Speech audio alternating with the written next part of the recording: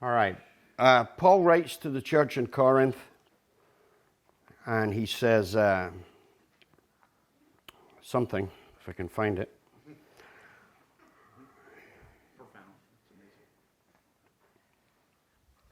He says to them, from now on, therefore, based on what he'd said previously, obviously, from now on, therefore, we regard no one from a human point of view. Even though we once viewed Christ from a human point of view, we no longer view him that way. So if anyone is in Christ, he is a new creation. Everything old has gone, and everything has become new. I have no desire, no intention to view anything in this life in the same manner in which the world views it. In fact, not only as a Christian, but particularly as a preacher, it's the fight we fight. The way up in the kingdom is down. If you want to save your life, you lose it. You want to be the first, then be the last. You want to be the greatest, then be the servant. Jesus spent his entire ministry exposing the thinking of this world. And when something that we think up is down, something that we think first is last, then he's not telling us we're just a little bit wrong. He's telling us we're upside down and back to front. You couldn't be more wrong. When the solution is the opposite of what you're thinking, you can't be more wrong. So I've got no desire to view things from a worldly point of view. Back in the olden days, in fact, even when I was young, before we started naming children because we liked the name, names were important. Names meant something. We would, in fact, when we were in London, Sarah said, remember, bring a lot of photographs back from Churchill's war rooms because my friend named her child Winston. And so, well, why would anyone name their child Winston? Well, because of who he was. Or we might name our children after a family member because of who that family member was, something in their character.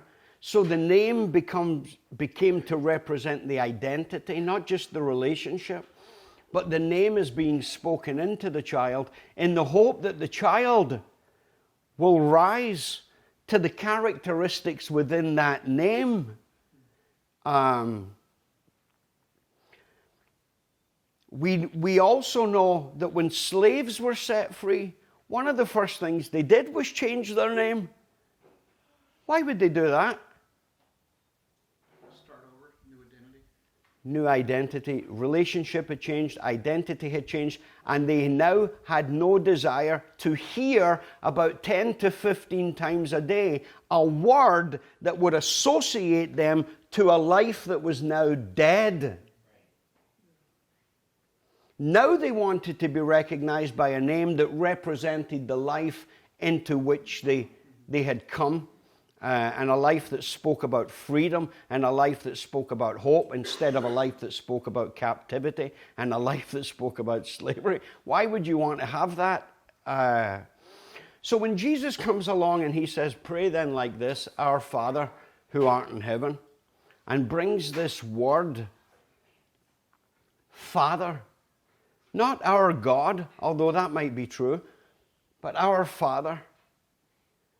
He's bringing in a depth of relationship into the conversation. And although it's true that the whole human family shares the brotherhood in some sense, there is a unique situation that sits among the people of God that would become uniquely his children. We are not, in this sense, naturally born children. Paul writes to the church in Galatia, and he says this, when the time had fully come, God sent his Son, born of a woman, born under the law, to redeem those under the law. Why? Paul says, that we might receive adoption to sonship. Because you are his sons, God sent the Spirit of his Son into our hearts, the Spirit who calls out, Abba, Father. You are no longer a slave, but God's child. And since you are his child, God has made you an heir. It's been on my heart 100 times to speak about this ever since adopting Will. I never got around to it. Wanted to make a video. That's why this is out. Because it's occurred to me down through the years that this is one of these things that I assumed everybody knew, and yet to varying degrees they don't. And being involved in the adoption process, particularly from the side of a father, I thought everybody knew it, especially Christians, considering the Galatians passage. The Galatians passage comes along and Paul's saying, here's how the fatherhood child works. It's adoption. So when I heard that, my first instinct is, oh, what does adoption mean? So I researched it way before I ever came across him. And so when I came across him, then he fitted in to this idea of adoption. I didn't care what the world thought about it. Didn't care what my neighbors thought about it. Didn't care what my family thought about it. I cared what God thought about it. So, even as far back as Abraham, when we see God changing Abram's name to Abraham, who names people? Parents. That's what parents do. They name their child. It is the glory, the honor, and the duty of the parent. And in the naming of the child, you're setting them for something. Or it used to be before we called them Brittany. You know, but it meant something. But when God changes a name, that's a parental move. You don't have the right to change anyone's name unless you're a parent. God changes Abram's name to Abraham because God says, now you'll be the father of many nations. The name is changed because the relationship has changed. His entire identity has changed. He is no longer Abram of Ur of the Chaldeans. He is Abraham who will become the father of many nations. God does the same with Jacob. We just studied it. Takes Jacob, that little old deceiver, that supplanter, that liar, that thief. And Jacob is to become the name under which the entire nation is going to be named Israel. You think God's going to settle for his people to be called Jacob? The deceivers? The supplanters? So he renames them Israel, becomes their name. The name changed because the relationship would change and their entire identity would change. Jesus arrives on the scene, incidentally arrives with a name that God insists upon. So does John the Baptist. In fact, his daddy is shut up so that John might receive the name that is right for him. God makes his dad dumb until he gets into line because names mean something. And we now bear the name Christ. Paul says, you are no longer your own. You have been bought with a price. Christian or Christian isn't descriptive or simply decorative. We bear the name Christ because our names are now lost in His. Our relationship is now lost in His. And our identity is now lost in Him. God isn't fostering us. He's adopting us. And this is something I've noticed just talking to people. The main difference they fail to understand is that They perceive that adoption is like permanent fostering. Nothing could be further from the truth. Fostering is a phenomenal thing. In fact, it's something so phenomenal, Sarah and I couldn't do it. But it's the raising of someone else's child. Adoption is the opposite of that. It's the embracing of a child as yours. And in fact, this doesn't end. In the Revelation in the church to Pergamum, Jesus says this, "He who has an ear, let him hear what the Spirit says to the churches. To him who overcomes, to him I will give some of the hidden manna, and I will give him a white stone and a new name written on that stone, that no one knows but he who receives it." And then he makes a similar comment in chapter 3, I think it is, that he'll give him the name of his father, his own name. In fact, I remember when we were adopting Will, someone said to me, "Oh, why are you changing it? I like Mario." And I said, we're not changing his name because we don't like it. We're changing his name because that's what parents do. It is the right and the duty of a parent to name their child. And if the name changes and the identity changes and the relationship changes, then the name going forward will be the name that he'll hear 10, 15 times a day that will no longer, and if the little guy comes our way, he'll have a name now that no longer speaks of 3 years of abandonment and hopelessness. He'll now have a name that represents family and love and embrace.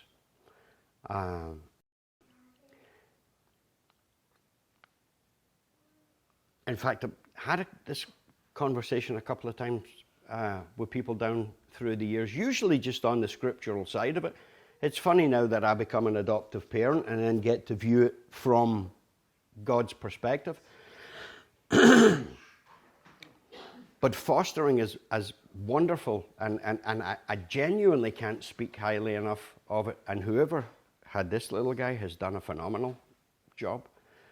But it is the raising of someone else's child. Adoption is the reverse of that. It's the cessation of that. It's that no longer exists. It's the embrace of one family into another, where the child then becomes fully, legally, and as Paul points out, an heir. In other words, as soon as he becomes ours, this is a quarter his, and everything else that I have. And this is important, not so that people will understand what Sarah and I are doing and that significance, but to understand what Paul's talking about in Galatians 4 and what he's doing. It's not how we regard him. We're only regarding him because of Galatians 4. Galatians 4 speaks about God's relationship with you. He's not fostering you. He's adopting you. We now bear the name of his son. The Hebrew writer says we're his brother. We're not an acquaintance. We're not even just a friend. We're family. He isn't interested in cleaning us up or brushing us down. He isn't interested in forgiving a few sins here and there. He hasn't come to claim us as acquaintances. He's come to change your name. He's come to change your relationship. He's come to change your entire identity. You are no longer your own. And let me finish with this. And I hear this all the time, and I don't mean this in any way disrespectful, because I know that people say it very well, meaningly, with great intentions. And they'll say stuff to Sarah and I like, well, I just think it's marvelous what you're doing. And Sarah and I always look at them, and then when they go, we usually have the same conversation. It's as though they can't get their heads around the idea that it's Sarah and I who are the beneficiaries. In fact, when someone used to get into an Uber and his little photograph would hang from the mirror and they would say, "Who's that?" I would say, "Oh, that's Will." And then to promote the conversation, I used to say, "I got him for free." You believe they're giving them away? And of course, they'd be like, "Huh?"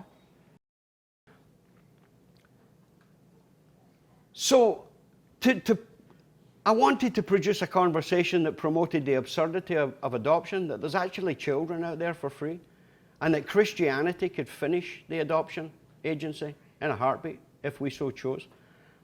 But in reference to Sarah and I, we get kids.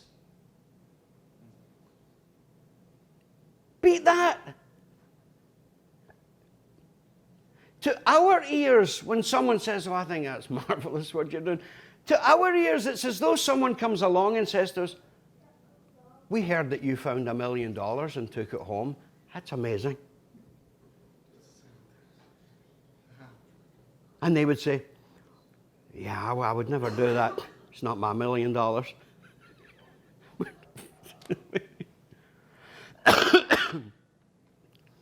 In fact, I had this conversation with someone one time, and I got to the stage where, the name changing came up, and I made the point, because that's what parents do. And they remarked, "But you're not his parents."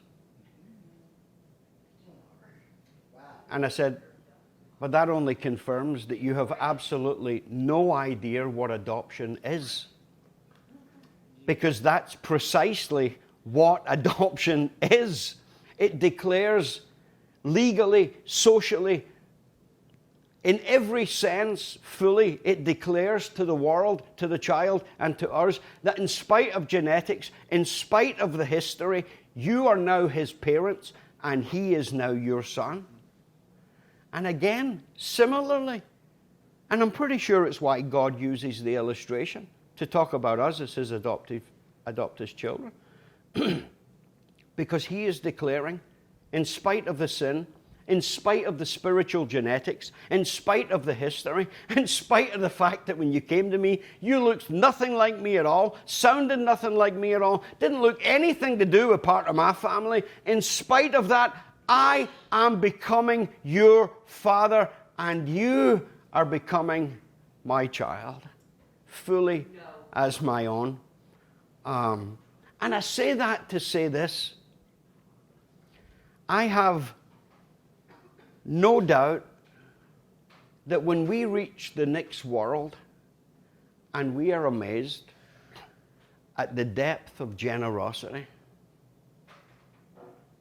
and what we have been given and what we have been forgiven forever, and we are weeping tears of delight and joy, I have no doubt there is going to be a voice coming thundering from the throne that says to us, yeah, but look what I got.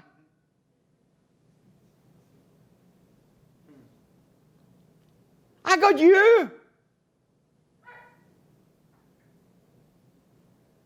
The adoption as children is not a one-sided affair.